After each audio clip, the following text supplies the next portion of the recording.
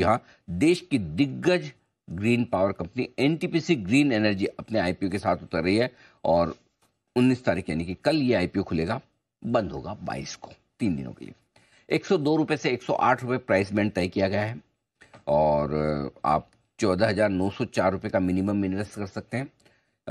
10,000 करोड़ का आईपीओ है और पूरा का पूरा फ्रेश इश्यू, यानी कि पूरे 10,000 करोड़ रुपए कंपनी के पास ही जा रहे हैं बिजनेस में लगाने के लिए।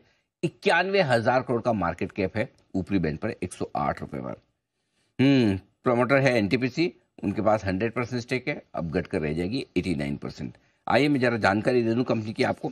एनटीपीसी ग्रीन एनर्जी 2022 में इस कंपनी की स्थापना हुई थी। एनटीपीसी की फुली ओन सब्सिडरी है। 2023 में 15 रिन्यूएबल एसेट्स जो एनटीपीसी के पास थे वो इनके पास ट्रांसफर कर दिए। दिसंबर 2024 तक ये ऑपरेटिंग कैपेसिटी के मामले में देश की सबसे बड़ी रिन्यूएबल एनर्जी कंपनी बनने को तैयार है। सोलर और विंड पावर जनरेशन का कंपनी करती है कारोबार और 6 राज्यों में अलग अलग प्रोजेक्ट्स कंपनी के पास है।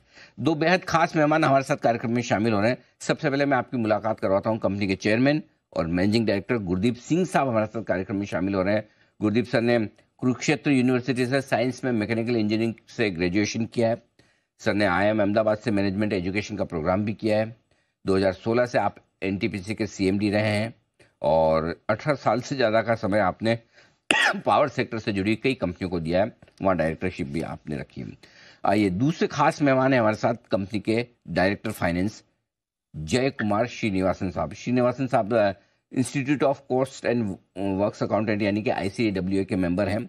आपने नागपुर यूनिवर्सिटी से कॉमर्स में ग्रेजुएशन किया है और आप भी 17 साल से ज़्यादा समय से पावर सेक्टर के साथ जुड़ी हुई कंपनियों में डायरेक्टर हैं। आप दोनों का बहुत बहुत स्वागत है। गुरदीप सिंह साहब, पहले शुरुआत आपके साथ करना चाहता हूँ। सर जरा समझाएं एनटीपीसी ग्रीन का बिजनेस मॉडल क्या है। और जनरली हम एनटीपीसी के परिवार का ही आप हिस्सा है, तो आपका और एनटीपीसी का दोनों का बिजनेस किस तरह से अलग अलग है? नमस्कार अनिल जी। नमस्कार सर। ये आपने ठीक कहा कि NTPC green energy limited is a wholly owned subsidiary of NTPC. और जैसे आप सब जानते हैं कि एनटीपीसी का नाम पावर सेक्टर में ऑलमोस्ट सभी जानते हैं और हम 1/4 पावर सप्लाई करते हैं सभी ग्राहकों को, सभी कंज्यूमर्स को। और एनटीपीसी ग्रीन एनर्जी ये हमने, जैसे आपने बताया कि 2022 में शुरू किया। जो हमारे पास कुछ जो सोलर और विंड के एसेट्स थे वो ट्रांसफर किए, लेकिन उससे ज्यादा महत्वपूर्ण बात ये है कि अभी हमारा जो लक्ष्य है जो 60 गीगावाट का, जो 2032 तक पहुंचने का, उसके लिए हमने ये एनटीपीसी ग्रीन एनर्जी लिमिटेड का स्थापना की और इसमें हम अग्रसर हैं बहुत तेजी से। और आज के दिन हमारी जो कमीशन कैपेसिटी है वो है 3,300 मेगावाट। लेकिन उसके साथ ही जो हमारे जो प्लांट जो जिसके प्रोजेक्ट्स के ऊपर काम चल रहा है वो तकरीबन 16,000 मेगावाट है। और हम इस साल मार्च तक 3,000 मेगावाट कमीशन करने वाले हैं, अगले साल 5,000 और उससे अगले साल 8,000। तो 2027 तक हमारी कैपेसिटी जो है इस एनटीपीसी ग्रीन एनर्जी की वो 19,000 मेगावाट हो जाएगी। और हमको ये विकसित भारत में, और इसका जो एनटीपीसी जो है जो उसने स्टार्ट किया कि जो ट्रांजिशन है उसमें एक महत्वपूर्ण योगदान देना है, इसके लिए हमने ये एनटीपीसी ग्रीन की स्थापना की है। और मैं ये भी बता दूंगा आपको कि ये हमारे 4 पिलर्स पे जो है इसका हमने जो है वो मेन जो ढांचा तैयार किया है वो है solar, wind, storage capacity, and going forward after about few years this will be going to be green molecule, जिसको हम ग्रीन हाइड्रोजन के नाम से जानते हैं। और उसके बाद में जो ग्रीन अमोनिया होगा, सस्टेनेबल एविएशन फ्यूल होगा, ग्रीन एथनॉल, ग्रीन मेथनॉल, इस तरह की जो है चीजों के बारे में जानेंगे। लेकिन फिलहाल अगले 3-4 साल तक हमारा मेन जो है वो उद्देश्य है कि सोलर और विंड के ऊपर हम ज्यादा से ज्यादा निवेश करें। और उसमें भी सोलर के ऊपर ज्यादा निवेश है हमारा, न कि विंड के ऊपर। जी, तो गुरदीप सिंह साहब, जो 19,000 मेगावाट की आप कैपेसिटी बता रहे हैं 2027 तक हो जाएगी, ये पूरी की पूरी सोलर और विंड की है। इसमें से कितना सोलर होगा, कितना विंड? ये इसमें केवल 3,000 मेगावाट विंड होगा ओके। और बाकी 16,000 सोलर होगा। ओके। और मैं आपको ये भी बताना चाहता हूं कि इस 19,000 मेगावाट तक पहुंचने के लिए सभी चीजें हमारे पास हैं, चाहे वो लैंड है, चाहे इवैक्यूएशन का है, पीपीए है, ईपीसी कॉन्ट्रैक्टर इन प्लेस है, सभी चीज हैं, केवल कंस्ट्रक्शन चल रहा है। और हर माह में हम कुछ कैपेसिटी ऐड करते जा रहे हैं। जैसा आप जानते होंगे कि ये छोटी छोटी कैपेसिटी भी इसमें ऐड हो जाती है, न कि जिस तरह से हमारे जो थर्मल में होता था कि 800 मेगावाट की यूनिट या 600 मेगावाट की यूनिट और एक ही बार आएगी। तो ये हमारा हर माह में कुछ ना कुछ जो है कैपेसिटी आता जा रहा है। और जैसे मैंने बताया कि इस साल मार्च तक हम 6,000 मेगावाट तक पहुंच जाएंगे। उससे अगले साल मार्च तक, मतलब मार्च 26 तक हम 11,000 पे पहुंच जाएंगे और मार्च 27 तक जी। इसमें 19,000 तक पहुंचने का लक्ष्य है। जी। श्रीनिवासन साहब, आपसे सवाल पूछना चाहूंगा। वैसे तो एक तरह से कह सकते हैं कि एनटीपीसी ग्रीन बहुत पैसे वाले बाप का बेटा है। एनटीपीसी आपके अगर पेरेंट हो तो पैसे की तो कहाँ कमी, न काम की कमी है न पैसे की कमी है, लेकिन फिर भी आप आईपीओ लेकर आ रहे हैं सर 10,000 करोड़ का। तो जरा समझाएं सर, इस पैसे का इस्तेमाल कहाँ और कैसे करेंगे? जैसे आपने अपने शुरुआती इंट्रोडक्शन में ही बताया था कि ये नए शेयर इशू करेंगे। और ये ऐसा नहीं है कि एनटीपीसी अपना शेयर बेच रही है। और ये जो रकम जो रेज की जाएगी वो सारी की सारी नए प्रोजेक्ट्स में ही लगेगी।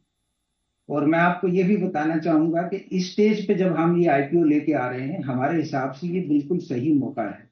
वो इसलिए है कि हम चाहते हैं कि ज्यादा से ज्यादा लोग इसके साथ जुड़ें और एक सही स्टेज के ऊपर कंपनी के जो है ना इसमें एंटर हो, ताकि आने वाले समय में शॉर्ट टर्म में और लॉन्ग टर्म में काफी वैल्यू एडिशन जो होगी उसका फायदा शेयर होल्डर्स को भी मिले।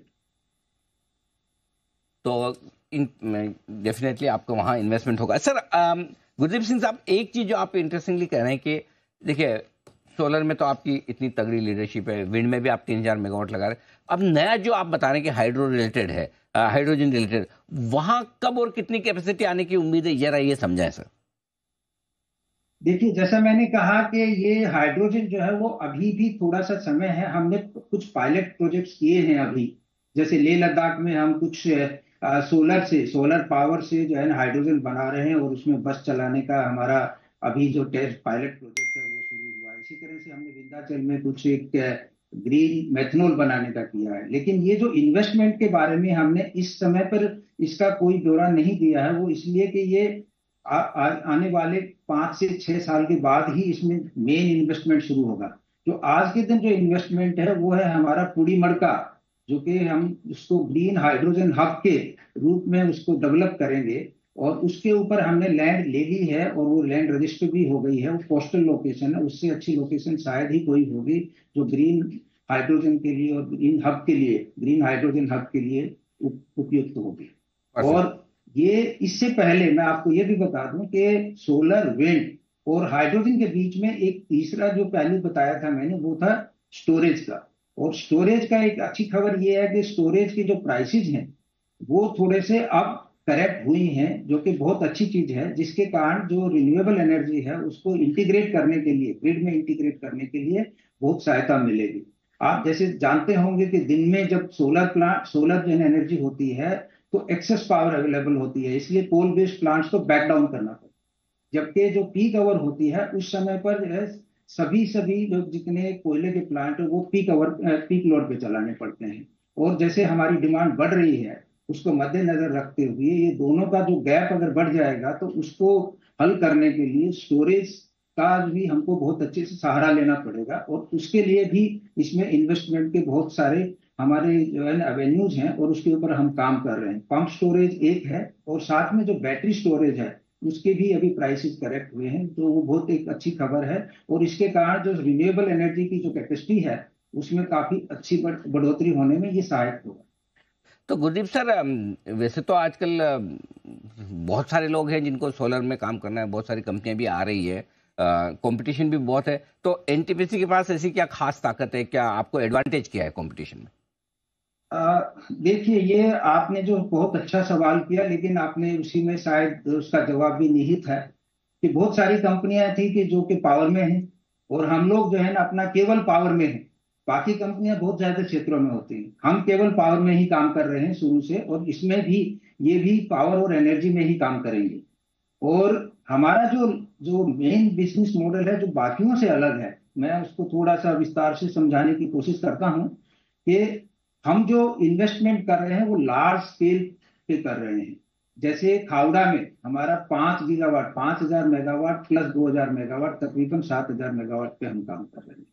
इसी तरह से हमने राजस्थान के साथ में, राजस्थान गवर्नमेंट के साथ में उसमें ज्वाइंट वेंचर बनाया जहां पर 25,000 गीगावाट, 25 गीगावाट यानी कि 25,000 मेगावाट सोलर प्लांट्स में हम काम करेंगे। तो हमारा जो एक जगह पे जो सोलर का प्लांट होगा वो गीगावाट स्केल पे होगा, कि जो इवैक्यूएशन की जो प्रोविजंस हैं उसके लिए अपने आप जो है ना उसके लिए वो वाइबल हो जाता है।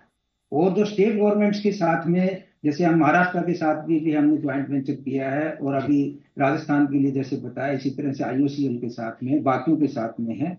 तो ये जो बिजनेस मॉडल है ये बाकी लोगों से बिल्कुल अलग है, और हमारा पूरा विश्वास है कि हम विकसित भारत में के जो है जो अभी चल रहा है काम, उसमें बहुत तेजी से काम करेंगे।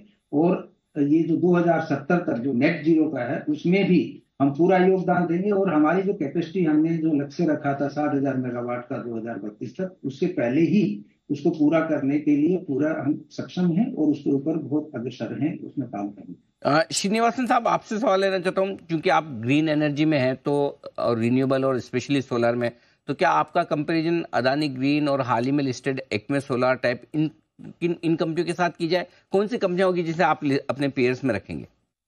देखिए, हम अपने आप को, जैसे मैंने बताया था, हम अपने आप में एक बड़ी, इतनी बड़ी कंपनी उभर के आ रहे हैं, एनटीपीसी ग्रीन एनर्जी लिमिटेड। जैसे एनटीपीसी का नाम है जो है जो थर्मल कैपेसिटी और जो कन्वेंशनल में, उसी तरह से एनटीपीसी ग्रीन एनर्जी भी होगा। और आपको ये भी बताना चाहूंगा आपके माध्यम से सभी दर्शकों को और सभी निवेशकों को कि ये एनटीपीसी ग्रीन एनर्जी का नाम जब हम रख रहे थे तो हमने इसको बहुत सोच समझ के रखा था।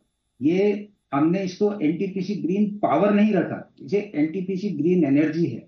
और वो इसीलिए जो स्टोरेज वाला जो पार्ट है और जो हाइड्रोजन ग्रीन मॉलिक्यूल का जो पार्ट है, आगे आने वाले दिनों में और सर्कुलर इकोनॉमी के अंदर जो ये काम करेगा, इसलिए ये बहुत ही महत्वपूर्ण कंपनी होगी। और ये देश में ही नहीं, सभी जो है ना विश्व स्तर पे एक जो है ना अग्रणी कंपनी बन के उभरेगी। बढ़िया, तो बड़े इरादे हैं एनटीपीसी ग्रीन के, और बड़ा जबरदस्त ये ग्रोइंग फील्ड है जिसमें इस वक्त बहुत इंटरेस्ट आता हुआ दिख रहा है। गुरदीप सर और श्रीनिवासन सर, आप दोनों का बहुत बहुत